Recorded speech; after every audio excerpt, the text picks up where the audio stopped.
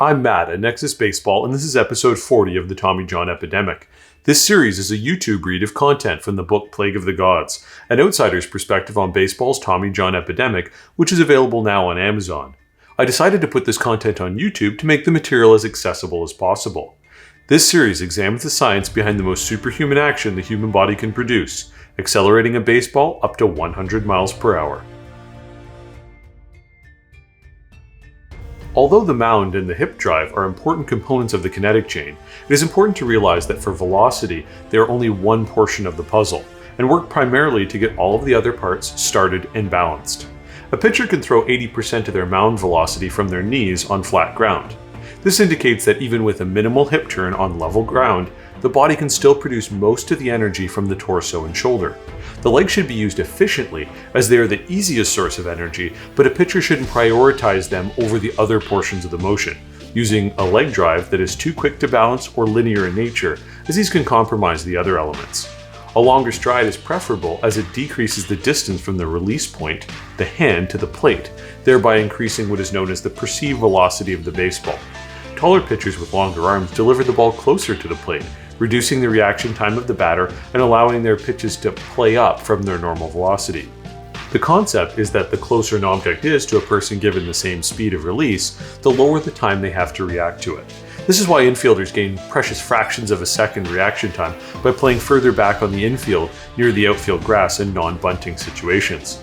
The stride length must be balanced with the flexibility of the pitcher to fully rotate the hips forward while in that stretch position. For most pitchers, this equates to about 80% of their height, or about 5 feet of stride length for a 6-foot tall pitcher. This is just a rule of thumb, however, and if a pitcher can stretch 6 feet or more while not losing hip mobility or balance, that is ideal.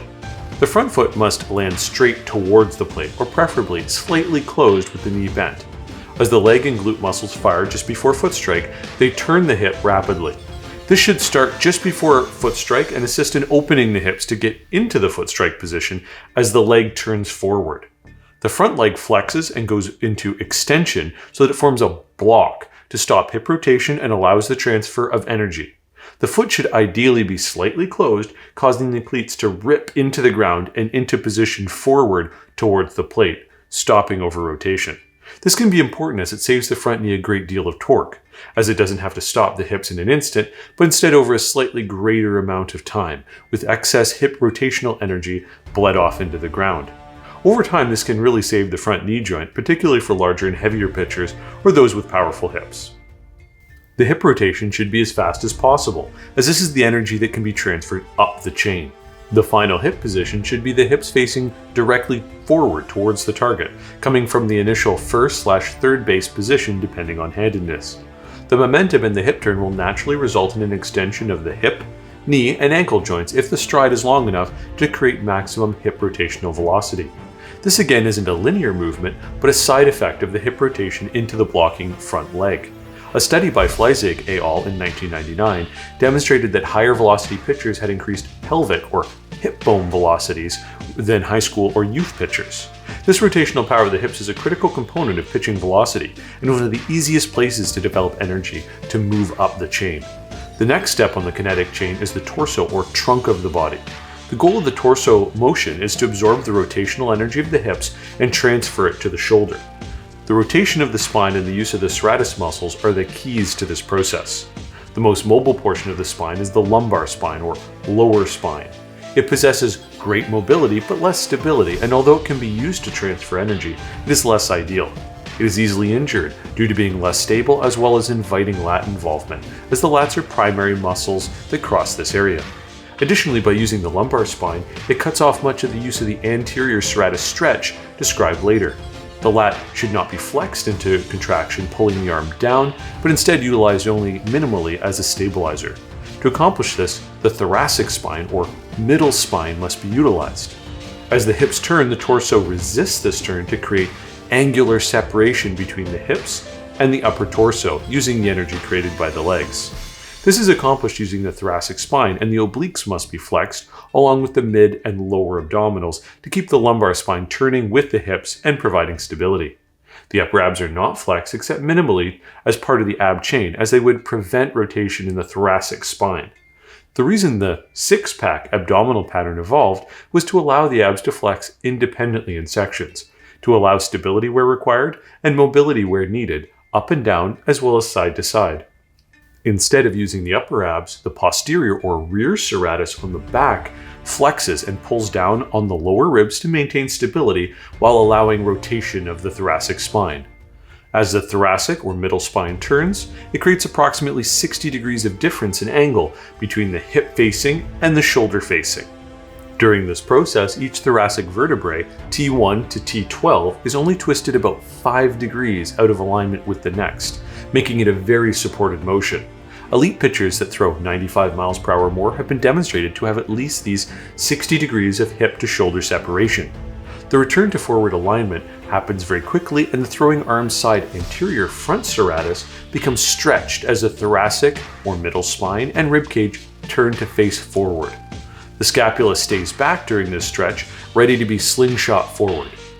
As the stretch finishes, the pitcher flexes the anterior serratus to drive the shoulder blade and connected arm forward. These anterior or front and posterior or rear serratus muscles are also ancillary breathing muscles.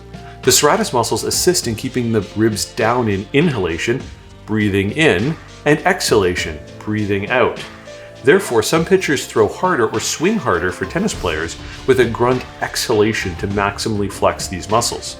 The same with martial artists and boxers, forcing air in and out with their strikes to cue and maximize serratus function. It is possible to throw 95 miles per hour or more without utilizing the serratus anterior scapular load, but this is less than ideal, as the serratus stretch acts as an important safety buffer between the hips and the shoulder, increasing the length of time the energy from the legs can be transferred up the chain. If the lat muscles are used significantly, they immobilize the serratus anterior. The two muscle groups work in opposite directions of each other. A downward pull is much more likely, as is an immediate jarring transfer into external rotation of the humerus. Both factors make the serratus a much more efficient and safe choice. Also, being a smaller muscle group with a great ability to stretch, it is much more effective at conveying elastic energy with less exertion. The levator and rhomboid muscles in the upper back and neck help with the serratus stretch and move the shoulder blade into an upward position. A key point is that the upper trapezius, a much larger and more powerful muscle, should not be used to complete this task, as it will also stabilize the scapulas, inhibiting serratus function. This upward movement is important to stretch the lat and create the space in the shoulder, the acromial space necessary for the humerus to rotate back to the full 180 degrees of external rotation in the following phase. The collarbone and ribcage must be raised to accomplish this range of motion using the neck muscles, the sternocleidomastoids and posterior or rear serratus. The lower trapezius muscles flex slightly to tilt back and upwardly rotate the scapulas, allowing for the maximum space for rotation. This is known usually as the proud chest, with the chest puffed forward.